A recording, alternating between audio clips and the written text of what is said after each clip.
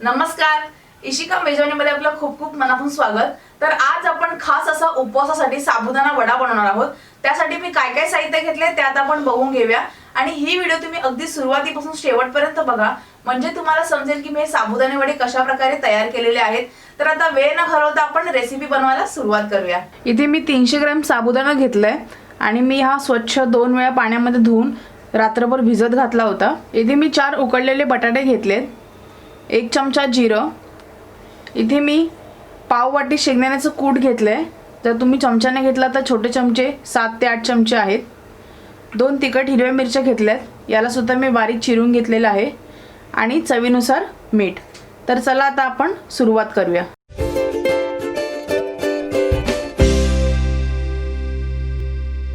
तर सर्वात प्रथम आपण या साबुदाण्यामध्ये हे बटाटे घालूयात आणि कुस्करून घालूया आपण असे हाताने। आता बटाटे कुस्करून झाल्यानंतर आपण याच्यामध्ये हिरवी मिरची घालूयात, शेंगदाण्याचं कूट घालूयात, जिरं आणि चवीनुसार मीठ।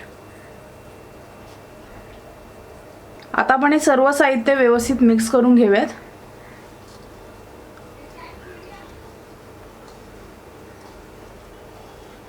तर अशा प्रकारे आपले सर्व साहित्य मिक्स करून झालेले आहे। आता आपण याचे गोल वडे तयार करून घेऊया, ते कसे करायचे मी तुम्हाला दाखवते। तर आता आपण थोडंसं हे साबुदाण्याचं मिश्रण हातावर घेऊन थोडंसं दाबून घ्यायचं आहे, म्हणजे कुठेही चीर नाही पडली पाहिजे, नाहीतर मग तेल सर्व आतमध्ये जाताना वडे आपले फुटतात। तर असं व्यवस्थित एक गोळा तयार झाल्यानंतर आपण याला हातावर असं फिरवून अशा प्रकारे आपल्याला सर्व वडे तयार करून घ्यायचे आहेत। हे बघा अशा प्रकारे। तर आता इथे आपले सर्व गोळे तयार करून झालेले आहेत। आता आपण हे डीप फ्राय करून घेऊया। तर इथे मी वडे तळण्यासाठी कढईमध्ये तेल गरम करून घेतले।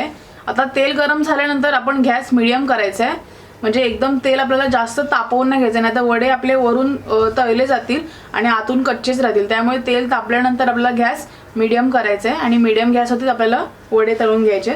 तर आता मी एक एक करून वडे या तेलामध्ये सोडते।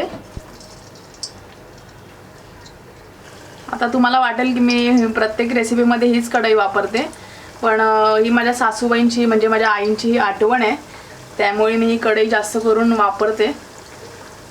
तर आता आपल्याला हे वडे मीडियम गॅसवरती छान असे कुरकुरीत तळून घ्यायचे आहेत आणि वडे टाकल्यानंतर लगेच पलटी नाही करायचे, नाहीतर आपले वडे तुटून जातील।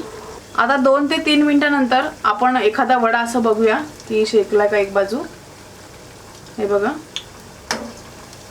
तर आता आपण सर्व वडे पलटी करून घेऊयात आणि तुम्ही पाहू शकता आपले कुठेही वडे असे तुटलेले नाही आहेत, व्यवस्थित असे अख्खे वडे आपले तळले जात आहेत।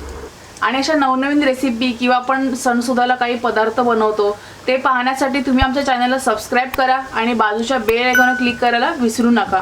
आणि माझी प्रत्येक रेसिपी तुम्ही तुमच्या रिलेटिव्स किंवा तुमच्या फ्रेंड सर्कलमध्ये शेअर करा आणि त्यांना सुद्धा सांगा की आपल्या चॅनलला सबस्क्राईब करायला आणि शेअर सुद्धा करायला सांगा।